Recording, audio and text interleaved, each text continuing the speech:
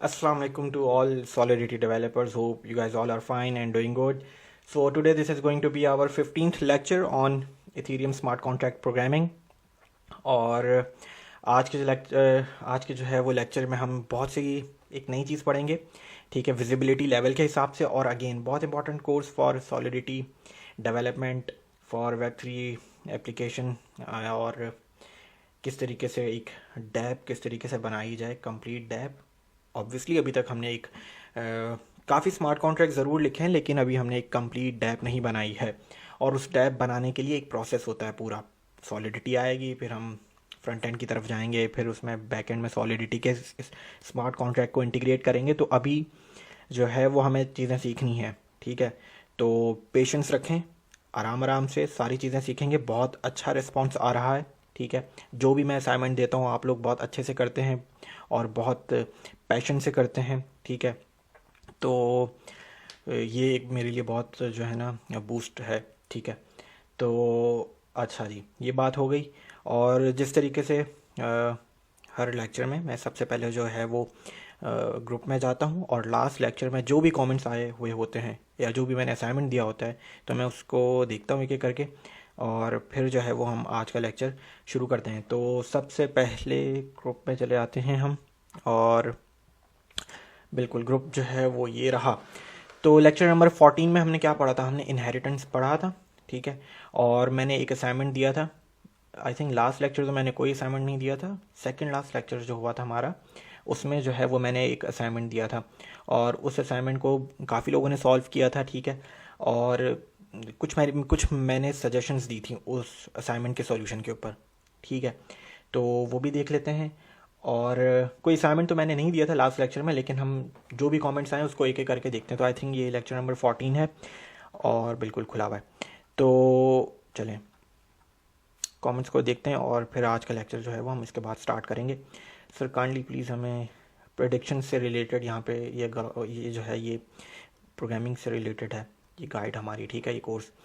तो अस्सलाम वालेकुम टीम 10 फीडबैक। वालेकुम अस्सलाम साकिब भाई, इफ़ पॉसिबल ये आप ये खुद चेक कर लें। ओके अच्छा, लास्ट टाइम जी बिल्कुल मैंने साकिब भाई को ये सजेशन दी थी कि आपका जो बैंक का कॉन्ट्रैक्ट है उसे ये कैसे मालूम है कि उसे आपने सेल्फ डिस्ट्रक्ट, तो आपने जो है वो कॉन्ट्रैक्ट को इंपोर्ट करवा लिया है, लेकिन उसको डिप्लॉयर ओनली का जो कॉन्ट्रैक्ट है वो कैसे मालूम है। तो आई थिंक ये आपकी बात ठीक होगी। मैंने आपको जो सजेशन दी, ठीक है, जो मुझे लगा कि आई थिंक आपका जो सेल्फ डिस्ट्रक्ट का कॉन्ट्रैक्ट है वो ऑलरेडी डिप्लॉयर ओनली का जो कॉन्ट्रैक्ट है उसे जो है वो इंपोर्ट कर रहा है।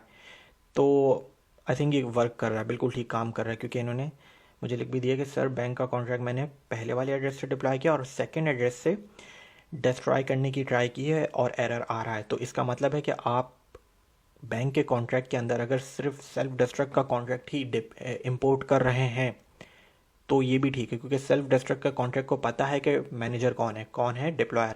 तो ठीक है, मेरा ये कहना था कि सेल्फ आप बैंक के कॉन्ट्रैक्ट में सेल्फ डिस्ट्रक्ट को भी जो है वो इंपोर्ट करें और डिप्लॉयर ओनली को भी इंपोर्ट करें। तो अगर इस तरीके से एरर नहीं आ रहा है तो बिल्कुल ठीक है, ये लॉजिक भी ठीक है, ठीक है। तो ये चीज़ हो गई, और तो कुछ नहीं है इसमें, ठीक है। चलें जी, आगे चलते हैं, अगले कमेंट पे चलते हैं हमारे, और ये भी साकिब भाई का ही है। Feedback reply lecture number 13 if possible please आप ये खुद करके एक बार चेक कर लें। ओके देख लेते हैं इसको। कॉन्ट्रैक्ट डिप्लॉयर ओनली, ठीक है। Address public manager constructor modifier बता दिया, ओके। आपने इंपोर्ट कराया, फिर कॉन्ट्रैक्ट का नाम के सेल्फ डिस्ट्रक्ट में आपने मैनेजर की फाइल इंपोर्ट करा ली और डिप्लॉयर ओनली का कॉन्ट्रैक्ट जो है वो इनहेरिट कर लिया, ठीक है। तो अच्छा, फंक्शन में चले आते हैं। Require msg.sender is equal to manager. Saqib भाई, जब आप मॉडिफायर मैनेजर ओनली बता चुके हैं तो आपने ये रिक्वायर की लाइन यहाँ पे क्यों लिखनी है? आप सिर्फ मॉडिफायर को ही कॉल कर लें मैनेजर ओनली, तो ये इतनी बड़ी लाइन जो है वो लिखने की ज़रूरत नहीं पड़ेगी, ठीक है। क्योंकि ये फंक्शन अगेन मैनेजर को ही जब कॉल करना है और आपने मॉडिफायर भी बना दिया। देखें कोडिंग यही होती है, कम कोड एक तो ज़्यादा अच्छा समझ में आता है। मतलब ये बहुत ये कोडिंग प्रैक्टिसेस हैं। देखें मैं भी जो है ना ये होता ये है कि फर्म में जब भी आप काम करेंगे तो अक्सर जो है ना आपका जो बॉस होता है या आपका जो टेक लीड होता है, ठीक है, वो यही कहता है कि कम से कम कोड लिखा जाए ताकि कल को जो है वो उसे डिबगिंग में इजी हो। कल को कोई भी एरर आए तो कम लाइंस ऑफ कोड होगा, अच्छा समझ में आएगा। तो अभी आपने एमी फजूल से जो है ना ये मतलब ज़्यादा एक लाइन लिख दी है, ठीक है। और आप बहुत अच्छा रिस्पॉन्स देते हैं, ये तो बहुत अच्छा जा रहे हैं। आप हैं, एक दो और स्टूडेंट्स हैं, तो बस ये लिख दें यहाँ पे आप मैनेजर ओनली, तो फिर भी होगा, ठीक है। और उसके बाद आपने क्या किया है, बैंक का कॉन्ट्रैक्ट है, उसमें आपने सेल्फ डिस्ट्रक्ट के कॉन्ट्रैक्ट को इंपोर्ट और इनहेरिट करा लिया, ठीक है। और सेल्फ डिस्ट्रक्ट को पता है कि डिप्लॉयर ओनली कौन है। मैंने बैंक के कॉन्ट्रैक्ट में सिर्फ सेल्फ डिस्ट्रक्ट की फ़ाइल को इंपोर्ट किया है, क्या हूँ कि सेल्फ डिस्ट्रक्ट की फ़ाइल ऑलरेडी मैनेजर की फ़ाइल को इंपोर्ट करवा चुका है, ठीक है, बिल्कुल।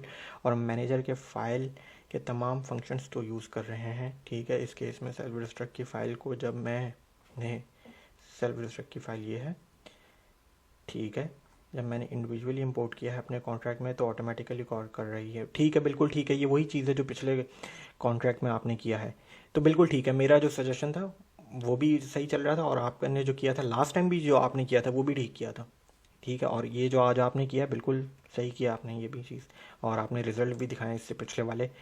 यहाँ पर आपने अपना रिज़ल्ट भी दिखाया कि सेकंड कॉन्ट्रैक्ट सेकंड एड्रेस से आपने जो है वो कॉन्ट्रैक्ट डिस्ट्रॉय करने की कोशिश की और जो कि नहीं हुआ है, तो बिल्कुल ठीक है फिर ये।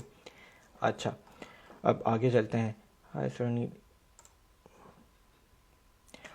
आप ने बिल्कुल स्टार्ट किया जावास्क्रिप्ट, ठीक है। तो सबसे पहले ये जब भी डॉट आ रहा है तो आपने फ़ाइल सेव करना है, और फिर जो है वो नोड बेसिक डॉट JS जो फाइल का नाम है उससे फाइल को सेव करें। फाइल को सेव करें Ctrl+S के ज़रिए। जब भी ये डॉट नज़र आए मतलब कि फ़ाइल सेव नहीं है, ठीक है। अच्छा, बिल्कुल, अरसलान अकबर भी बहुत पार्टिसिपेट करते हैं और हर किसी की हेल्प भी कर रहे होते हैं, तो एक बहुत अच्छी बात है। This is about lecture number 13 Hamza Ali. Owner address payable owner function require underscore owner is equal to payable, okay, and only owner self restricted, okay, ठीक है। This is about lecture first I have made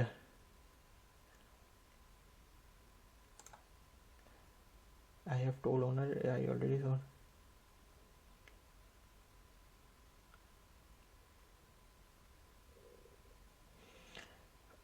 I think ठीक है।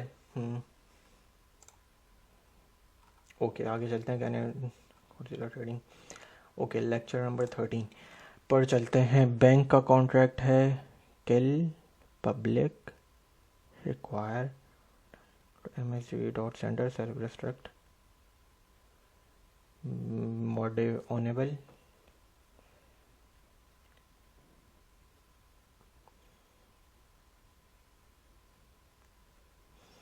ये contract आपने ऐसा लग रहा है जैसे आपने जो है ना लिख दिया है और आपने थोड़ा सा समझा नहीं है, क्योंकि यहाँ पे आपने फिर रिक्वायर ओनर करवा दिया है और मॉडिफायर आपने यहाँ पे डिक्लेयर कर दिया। वो भी मॉडिफायर कंस्ट्रक्टर को ऊपर रखते, मॉडिफायर को नीचे रखते चलें, कोई बात नहीं। कॉन्ट्रैक्ट डिस्ट्रॉयबल, यहाँ पे आपने अलग फंक्शन लगाया, फिर यहाँ पे क्यों फंक्शन लगाया? समझ कर करें। ये दोबारा लेक्चर को देखें, लेक्चर नंबर 11, 12, इवन 13 को भी दोबारा देखें, 14 को भी देख। 14 तो लास्ट लेक्चर है, उसमें हमने जो है वो इसका सॉल्यूशन भी कर लिया इस असाइनमेंट का। लेक्चर नंबर जो इससे जो लास्ट लेक्चर था, तो इस समझ कर करें। आपने ऐसा लग रहा है जैसे छाप दिया है, ठीक है, क्योंकि यहाँ पे ज़रूरत नहीं है फिर। अच्छा जी, आगे चलते हैं। अस्सलाम वालेकुम।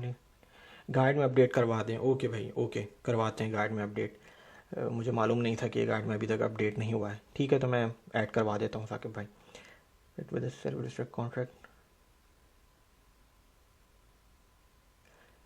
ओके। तो अगर आपने सेल्फ डिस्ट्रक्ट कर दिया कॉन्ट्रैक्ट को, तो उसके बाद अगेन कॉन्ट्रैक्ट तो रहेगा, लेकिन उसके ऊपर आप जो भी फंड्स भेजेंगे वो ज़ाया हो जाएंगे, इसका ये मतलब है। और कुछ चीज़ इसमें पूछना चाहते हैं या बस कोई कमांड से? सेल्फ डिस्ट्रक्ट तो यही करता है कि बस जो ओनर होता है कॉन्ट्रैक्ट का, उसके ऊपर जो भी डिपॉजिट कॉन्ट्रैक्ट में जितना पैसा पड़ा होता है वो ओनर को भेज देता है।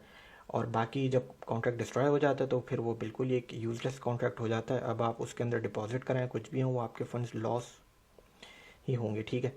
और आई थिंक अरसलान ने भी यही बताया हुआ है। अस्सलाम वालेकुम सर, आज हम कंपाइलर वर्जन 0.8.15 या 0 करते हैं तो एरर आता है। हाँ okay okay okay okay okay, I think we are using 0.7.5 तो एरर नहीं आ रहा था, ठीक है। लेकिन जब हम 0.8.5 कर रहे हैं तो एरर आ रहा है। और हालांकि देखें कुछ भी ऐसा कोई एरर आना नहीं चाहिए, कोई भी सिंटेक्स एरर आ नहीं रहा है इस कोड में, लेकिन फिर भी ये लाइन आपको नज़र आ रही है। तो बहुत अच्छा सवाल है ये। तो इससे रिलेटेड जो है ना मैं आपको बताते रहता हूँ कि भाई देखें कंपाइलर वर्जन जब भी अपडेट होता है तो मतलब कि सॉलिडिटी के अंदर कुछ ना कुछ अपडेट हुई है, प्रोग्रामिंग लैंग्वेज में, सॉलिडिटी प्रोग्रामिंग लैंग्वेज में कुछ ना कुछ अपडेट हुआ है, तभी कंपाइलर वर्जन अपडेट हुआ है। क्योंकि कंपाइलर क्या करता है, प्रोग्रामिंग लैंग्वेज को इथेरियम की वर्चुअल मशीन में कर रहा है, हमारी इस हाई लेवल लैंग्वेज को। अच्छा, कंपाइलर वर्जन अपडेट हुआ है, सॉलिडिटी में भी कुछ ना कुछ अपडेट हुआ होगा। तो ज़्यादातर जब भी ये अपडेट होते हैं ना तो सिंटेक्स हो या कुछ और भी अपडेट हो जाती हैं, कुछ टाइप्स अपडेट हो जाती हैं कभी कभार, और ज़्यादातर सिंटेक्स भी अपडेट हो जाता है। तो आपने कोड बिल्कुल ठीक लिखा है, लेकिन अगर मैं 7 यहाँ पे 8 की जगह 7 कर दूंगा तो ये कॉन्ट्रैक्ट बिल्कुल यहाँ से एरर गायब हो जाएगा। तो अब अभी जो है ना मैं आपको 1 मिनट और देखें कोई एरर नहीं आ रहा है आपके इसमें। तो ये वही है कि देखें कंपाइलर जब अपडेट हुआ है ना तो सिंटेक्स भी अपडेट हो जाता है, सिंटेक्स अपडेट हुआ है। तो इसके लिए मैंने आपके लिए एक चीज़ निकाली हुई थी कि मैं आपको यहाँ से, अच्छा सबसे पहले तो एक और चीज़ बताते चले जाऊँ कि जब भी कोई एरर आए, कोई भी कहीं भी आप प्रोग्रामिंग कर रहे हो, इवन सॉलिडिटी कर रहे हैं इस वक्त आपको एक एरर आ जाता है, ठीक है। आपने वो एरर कॉपी करना है और सबसे जो बेस्ट जैसे कहते हैं ना कि जो सबसे बेस्ट आपको सॉल्यूशन दे सकती है वो है सॉलिडिटी टाइप, ओह सॉलिडिटी टाइप कह रहा हूँ कि स्टैक ओवरफ्लो। स्टैक ओवरफ्लो के ऊपर आप जो है वो अगर गूगल पे भी एरर आपके पास आया है, आपने कॉपी करना है एरर और गूगल पे लिख दें तो कहीं ना कहीं स्टैक ओवरफ्लो में उसका जवाब मिल जाएगा। तो अब ये एक किसी ने कॉन्ट्रैक्ट लिखा हुआ है, ठीक है, और उसके आगे जो है ना बताया हुआ है कि इसका सॉल्यूशन यहाँ पे भी इन्होंने कहीं ना कहीं address payable public owner, I think यहाँ पे कुछ ना कुछ एरर आया होगा। तो उन्होंने बोला कि भाई आंसर आपने को ऐसा मिल गया कि पेबल msd.sender।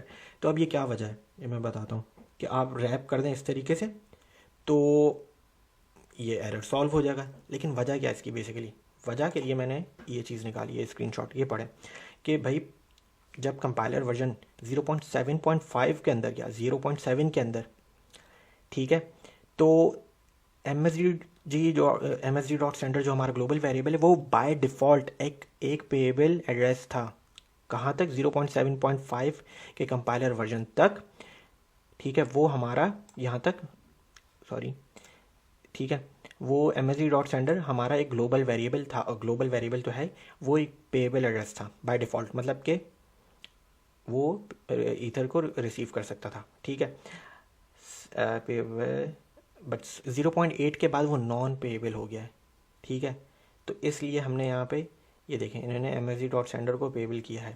तो अगेन ये सारे जो कंपाइलर वर्जन्स होते हैं ना इसमें कुछ ना कुछ सॉलिडिटी प्रोग्रामिंग लैंग्वेज में अपडेट हो रहा होता है। तो ये बहुत बार आता है अक्सर कॉन्ट्रैक्ट लिखते हुए कि कुछ ना कुछ कंपाइलर वर्जन अगर हमने ज़्यादा रख दिया है और हम अपने पुराने हिसाब से चल रहे हैं कि भाई फंक्शन को इस तरीके से डिक्लेयर करना है, टाइप तो हमें पता ही है, और msd.sender तो ऑलरेडी बाय डिफ़ॉल्ट एक पेएबल एड्रेस है। तो ये जब चीज़ें अपडेट होती हैं तो ये हमारी है कि हमें जो है वो अप टू डेट होना चाहिए। और ये हर सिर्फ सॉलिडिटी में नहीं है, बहुत सी प्रोग्रामिंग लैंग्वेज में नई से नई चीज़ें आती रहती हैं, ठीक है। तो ये बात थी, ओके ओके, चलें जी। तो ये हमारा काम है कि हमें अप टू डेट रहना है, ठीक है, कि कौन सा नया कंपाइलर वर्जन आ रहा है और उसमें नए वाले से पुराने वाले में क्या फ़र्क है, क्या कुछ चीज़ें नहीं हुई हैं, ठीक है। तो अरसलान क्या कह रहा है, फर्स्ट 2 लाइन्स, ठीक है। देखें अगेन मैं 0.7 से 0.9 तक लिख दूंगा इस तरीके से तो एरर तो मेरा गायब हो जाएगा। बट वजह क्या है कि वो यही है, वो यही पूछना चाह रही हैं कि वजह क्या है इसकी। तो वजह यही है कि कंपाइलर वर्जन में प्रोग्रामिंग लैंग्वेज अपडेट होती है, टाइप अपडेट हो जाती है, कभी सिंटेक्स अपडेट हो जाता है, ठीक है, तो कभी विजिबिलिटी भी अपडेट हो जाती है। तो ये सारी चीज़ें हमें देखनी पड़ती है कि क्या क्या तो 0.7 से लेकर 0.8 तक ही ज़्यादातर मैं यूज़ करता हूँ, ठीक है, 0.8.5 पर, ठीक है। आई थिंक मैंने वजह बता दी है। और अरसलान का देख लेते हैं। आई थिंक आपने बिल्कुल किल मी डस्ट के कॉन्ट्रैक्ट में आपने ओनेबल से मॉडिफायर जो है वो यहाँ पे इनहेरिट करा लिया है, तो बिल्कुल ठीक है। ठीक है, चलें जी, कमेंट्स हो गए। और क्योंकि मैंने असाइनमेंट नहीं दिया था लास्ट लेक्चर में, तो इसलिए ज़्यादा इतने कमेंट्स भी नहीं आए, लेकिन अच्छा है ये भी कि डिस्कशन हो गई एक थोड़ी सी, और एक सवाल वो अच्छा था कंपाइलर वाला। ठीक है, तो इसी तरीके से डिस्कशन को हम आगे बढ़ाते रहेंगे हर अपने लेक्चर में। तो आज के लेक्चर में हम क्या सीखेंगे? आज के लेक्चर में मैं आपको जो है वो एजेंडा बहुत छोटा सा है, और एजेंडा जो है वो हमारा सिंपल है कि आज हमने क्या पढ़ना है कि सॉलिडिटी बेसिक्स में लेक्चर नंबर 15 है ये, इंटरनल विजिबिलिटी के ऊपर बात करनी है। ठीक है, इंटरनल विजिबिलिटी के ऊपर हमने बात करनी है। और इंटरनल विजिबिलिटी से बात करने से पहले थोड़ा सा समझा देता हूँ कि अभी तक हमने विजिबिलिटी लेवल कौन कौन से पढ़े हैं। हमने पब्लिक पढ़ा है। ठीक है, पब्लिक में आप किसी भी फंक्शन को और किसी भी वेरिएबल को कॉन्ट्रैक्ट के अलावा कोई भी कहीं से भी कॉल कर सकते हैं। ठीक है, कॉन्ट्रैक्ट के आउटसाइड से भी उसे कॉल किया जा सकता है, ये मतलब होता है पब्लिक का। ठीक है, और अच्छा जी, अब आगे चलते हैं।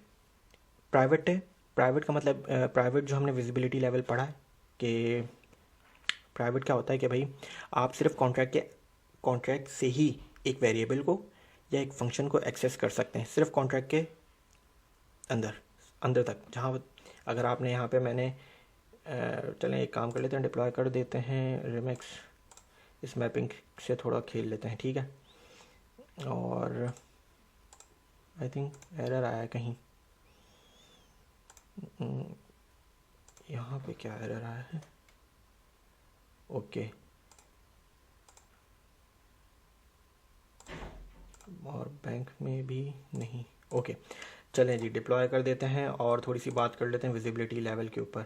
ठीक है, तो अब मैं अगर इस मैपिंग को पब्लिक कर देता हूँ, पब्लिक का विजिबिलिटी लेवल करवा देता हूँ और अब डिप्लॉय करता हूँ, तो अब आपको बैलेंस भी दिखा रहा है। ठीक है, कि अब मैं जो भी एड्रेस लिखूंगा उसके अगेंस्ट उसका मुझे बैलेंस आ जाएगा। तो ये विजिबिलिटी लेवल से मैंने खेला है। पब्लिक का है कि आप इस किसी भी वेरिएबल को या किसी भी फंक्शन को बाहर से एक्सेस कर सकते हैं। ठीक है, और प्राइवेट अगर मैं कर दूंगा इसे, तो ये गायब हो जाएगा। कॉन्ट्रैक्ट को ख़त्म करते हैं, दोबारा से डिप्लॉय करते हैं, तो अब आपको बैलेंस कहीं भी नज़र नहीं आ रहा। ठीक है, ये दो तो हमने पढ़ लिए। अब जो है ना, एक नई विजिबिलिटी लेवल के ऊपर मैं बात करता हूँ और फिर थोड़ा सा उसको देखते हैं। वो ये है कि इंटरनल विजिबिलिटी लेवल क्या है। इंटरनल, कौन सा कीवर्ड यूज़ करेंगे? इंटरनल।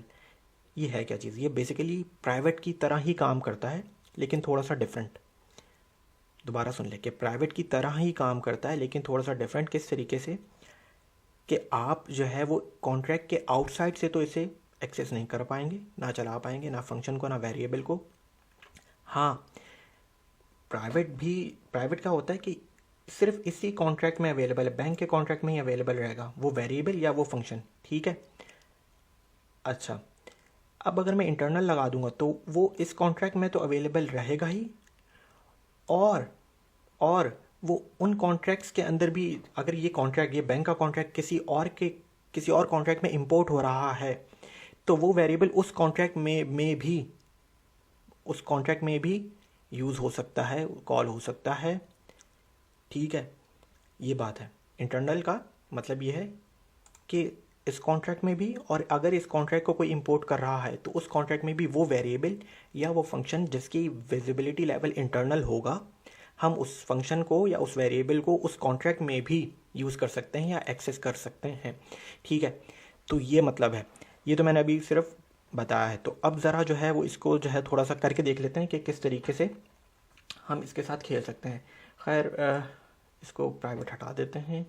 अच्छा जी, अब जो है वो एक काम कर लेते हैं। वो काम ये कर लेते हैं कि भाई ओनेबल का जो कॉन्ट्रैक्ट है हमारा, ठीक है, उसमें इस वक्त एड्रेस, पहले जो है ना, दोबारा एक आपको चीज़ सिखाता हूँ। एड्रेस बहुत सिंपल सी चीज़ करने लगा हूँ क्योंकि ये बेसिक से हमारे ये बहुत इंपॉर्टेंट है। ठीक है, पब्लिक मैंने कर दिया, कंपाइल ऑटोमेटिकली किया हुआ है, और बैंक के कॉन्ट्रैक्ट में जाकर, क्योंकि मैंने सिर्फ ओनर कौन है कॉन्ट्रैक्ट का वो देखने के लिए मैंने उसको पब्लिक कर दिया, उस एड्रेस को। ठीक है, अच्छा जनाब, ओके बाय ओनर आ गया, ठीक है। ओनर कौन है? ये, क्योंकि मैंने पब्लिक कर दिया उसको। अच्छा, तो अब मैं जो है ना इसको पब्लिक से हटाता हूँ, ठीक है। और मैं जो है वो इसे प्राइवेट भी नहीं करता, मैं जो है वो एक काम कर लेते हैं कि पहले ज़रा पहले ना बैंक के कॉन्ट्रैक्ट में एक फंक्शन बनाते हैं जो कि ओनर के लिए एक फंक्शन बना लेते हैं कि कौन है मेरा ओनर, ठीक है। ये कर लेते हैं कि कौन है मेरा ओनर। तो इसके लिए फंक्शन और गेट ओनर फंक्शन का नाम रख देते हैं, ठीक है। वो पब्लिक होगा फंक्शन, ठीक है। और व्यू, क्योंकि मैं इंटरेक्ट कर रहा हूँ डाटा से, ठीक है। और रिटर्न क्या करेगा, क्योंकि ओनर ऑब्वियसली एक एड्रेस होगा, ठीक है। बहुत सिंपल सा फंक्शन है। और रिटर्न करवा देता हूँ ओनर, OWNER। अब ये ओनर वेरिएबल जो है मैं इसको जो है ना इस वक्त प्राइवेट कर देता हूँ। तो अब आप देखिएगा, प्राइवेट विजिबिलिटी लेवल का मतलब ये है कि मुझे उस फाइल में एरर आ जाएगा, क्योंकि प्राइवेट का मतलब ये है कि सिर्फ ये वेरिएबल जो ओनर है ये सिर्फ इसी कॉन्ट्रैक्ट में अवेलेबल है। तो अब मैं बैंक में जाके देखता हूँ, मुझे आ रहा है एरर, क्या आ रहा है? Undeclared identifier. पब्लिक कर दूंगा तो भाई ये तो हर जगह अवेलेबल है, पब्लिक कर दूंगा तो एरर भी गायब हो जाएगा, और मतलब है ये हर जगह अवेलेबल है, एरर भी गायब हो गया आपके सामने, ठीक है। ये क्योंकि पब्लिक का ये है कि ये हर जगह, ये इस कॉन्ट्रैक्ट में भी अवेलेबल है, ये आउटसाइड से भी मैं रिमिक्स, पब्लिक का मतलब ये है कि मैं इसको रिमिक्स से भी चला सकता हूँ, ठीक है। अच्छा, और चलिए जी ये हो गया। अब प्राइवेट कर रहा हूँ तो क्योंकि प्राइवेट का मतलब ये है कि सिर्फ इस कॉन्ट्रैक्ट में अवेलेबल है, तो बैंक के कॉन्ट्रैक्ट को तो समझ ही नहीं आ रहा कि भाई गेट ओनर का फंक्शन, तो मैंने फंक्शन का नाम रखा है, लेकिन ये वेरिएबल कहाँ है ओनर? ये बैंक का कॉन्ट्रैक्ट इस ओनर के वेरिएबल तक पहुंच ही नहीं रहा है, क्योंकि वो है ही प्राइवेट का ओनर का जो वेरिएबल है वो है प्राइवेट। तो एक और विजिबिलिटी लेवल होता है सॉलिडिटी में, उसे कहते हैं इंटरनल ऐसे कीवर्ड लिख देंगे।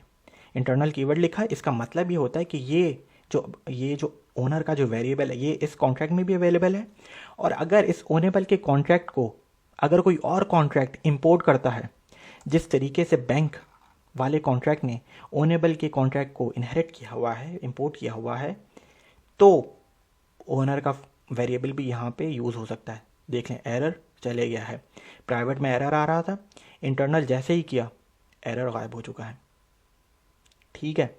अच्छा, अब ये मत सोचिएगा कि यहाँ पे मैंने उसको इंटरनल किया ना, तो इंटरनल किया तो यहाँ पे आपको ओनर का फंक्शन भी नज़र आएगा और फिर एक और फंक्शन नज़र आएगा गेट ओनर का भी। नहीं, आपको सिर्फ फंक्शन अब नज़र आएगा गेट ओनर का, और जो ओनर का जो वेरिएबल है वो आपको नज़र नहीं आएगा जिस तरह पब्लिक में आता था। तो करके दोबारा डिप्लॉय कर देते हैं, तो अब आपको फंक्शन नज़र आएगा गेट ओनर का, ये रहा कॉन्ट्रैक्ट गेट ओनर का, देख रहे हैं फंक्शन, और उसके अंदर जो है वो हमने एक ओनर के वेरिएबल को इंपोर्ट किया, कॉल किया हुआ है, ठीक है। और वो है कहाँ डिक्लेयर? ओनेबल के कॉन्ट्रैक्ट में, ठीक है। तो ये विजिबिलिटी लेवल बहुत समझने की चीज़ है, बहुत बार यूज़ करेंगे हम इसको, और ये एडवांस यही सारी चीज़ें हैं। और मैं आपको बताते चले जाऊँ कि सॉलिडिटी बेसिक में सिर्फ 2 लेक्चर्स और रहते हैं, एक्सटर्नल कॉन्ट्रैक्ट्स के बारे में हम पढ़ेंगे, ठीक है। और हम 1-2 चीज़ें और के बारे में पढ़ेंगे, और फिर हम अपने प्रोजेक्ट्स की तरफ जाएंगे, मल्टीसिग वॉलेट की तरफ जाएंगे हम, और कॉन्ट्रैक्ट्स की तरफ जाएंगे। तो यही सारी चीज़ें हैं। सॉलिडिटी कोई इतनी बड़ी प्रोग्रामिंग लैंग्वेज नहीं है, आपने ये सारी चीज़ें अच्छी खासियत तक सीख ली हैं, थोड़ी बहुत और सीखनी है। बेसिक्स के ऊपर जो है वो हमने दोबारा अपनी बेसिक्स को स्ट्रॉन्ग करना है। हमने टाइप्स अब याद हो जानी चाहिए सॉलिडिटी में, किस किस्म की टाइप्स हैं, ठीक है। सॉलिडिटी में विजिबिलिटी लेवल्स आपको याद हो जाने चाहिए। जितने लेक्चर्स अभी तक हो चुके हैं, जो हमने बेसिक्स पढ़ा है कि भाई किस तरीके से एरर हैंडलिंग करनी है, ठीक है, और क्या क्या टाइप्स हैं, स्ट्रक्ट क्या चीज़ है, किस तरीके से इनहेरिट करते हैं कॉन्ट्रैक्ट को, ये इसका कीवर्ड हो गया, ये मॉडिफायर क्या चीज़ होती हैं। अब हमने काफ़ी चीज़ें पढ़ ली, कंस्ट्रक्टर क्या काम करता है, ठीक है। तो मैपिंग क्या चीज़ होती है, मैपिंग बहुत हर जगह, हर कॉन्ट्रैक्ट में आपको नज़र आएगी मैपिंग, हर कॉन्ट्रैक्ट में आपको नज़र आएगी मैपिंग, ठीक है। तो एसर्ट पढ़ा था हमने, ये सारी चीज़ें। व्यू क्या करता है, प्योर का क्या काम करता है, तो बहुत सारी चीज़ें सबको समझना बहुत इजी है, सब छोटी छोटी डेफिनेशंस हैं। इंटरनल क्या है? कुछ भी नहीं था। इंटरनल यही है कि भाई आप इस कॉन्ट्रैक्ट में भी उस वेरिएबल को यूज़ करें और दूसरे कॉन्ट्रैक्ट में भी यूज़ कर सकते हैं, प्राइवेट में नहीं कर सकते, पब्लिक में हर जगह से कर सकते हैं, सिंपल सी चीज़ है। तीन ही चीज़ों को, मतलब तीन चीज़ों में डिवाइड कर दिया एक ही चीज़ को, ठीक है, ताकि और अच्छे तरीके से आप कंफ्यूज ना हो। तो बहुत मज़े की प्रोग्रामिंग लैंग्वेज है ये, सॉलिडिटी है। आपको बेसिक समझ में आएंगी, आप अच्छे से अच्छा कोड लिख सकते हैं। और ये चीज़ हो गया। तो आई थिंक इंटरनल के ऊपर बात होगी, नेक्स्ट लेक्चर में हम एक्सटर्नल कॉन्ट्रैक्ट्स के ऊपर बात करेंगे। बहुत इंपॉर्टेंट है वो, एक्सटर्नल कॉन्ट्रैक्ट्स बहुत इंपॉर्टेंट है, क्योंकि we are going to use other contracts, ठीक है, कि हम बाहर से किसी और को कॉन्ट्रैक्ट को यूज़ करेंगे। तो ये भी बड़े मज़े का है। और हर कॉन्ट्रैक्ट में हम ये यूज़ होते हैं जब आप एडवांस लेवल की तरफ जाएं या कोई प्रोडक्शन बेस्ड स्मार्ट कॉन्ट्रैक्ट लिखेंगे, ठीक है।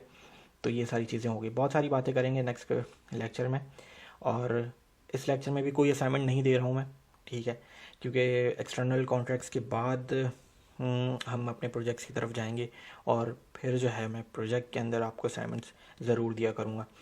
और अगर अभी भी करना चाहें तो कुछ ना कुछ भी शेयर करें कि भाई मेरे इस कॉन्ट्रैक्ट में मुझे समझ नहीं आ रहा, कोई भी सवालात है इसी लेक्चर की वीडियो में आखिर में कमेंट्स में लिख दें। या कुछ भी नया आपके जहन में स्मार्ट कॉन्ट्रैक्ट आ रहा है, जहाँ तक आज तक आपने पढ़ा है, आपकी अंडरस्टैंडिंग के मुताबिक कुछ भी आता है, आप लिख दें। मैं नेक्स्ट लेक्चर में उसको पढ़ूंगा, देखूंगा और अपना फीडबैक दूंगा। तो ये चीज़ है। चलें जी, इस लेक्चर को यहीं पे ख़त्म करते हैं। ख्याल रखें अपना, ठीक है। अल्लाह हाफ़िज़।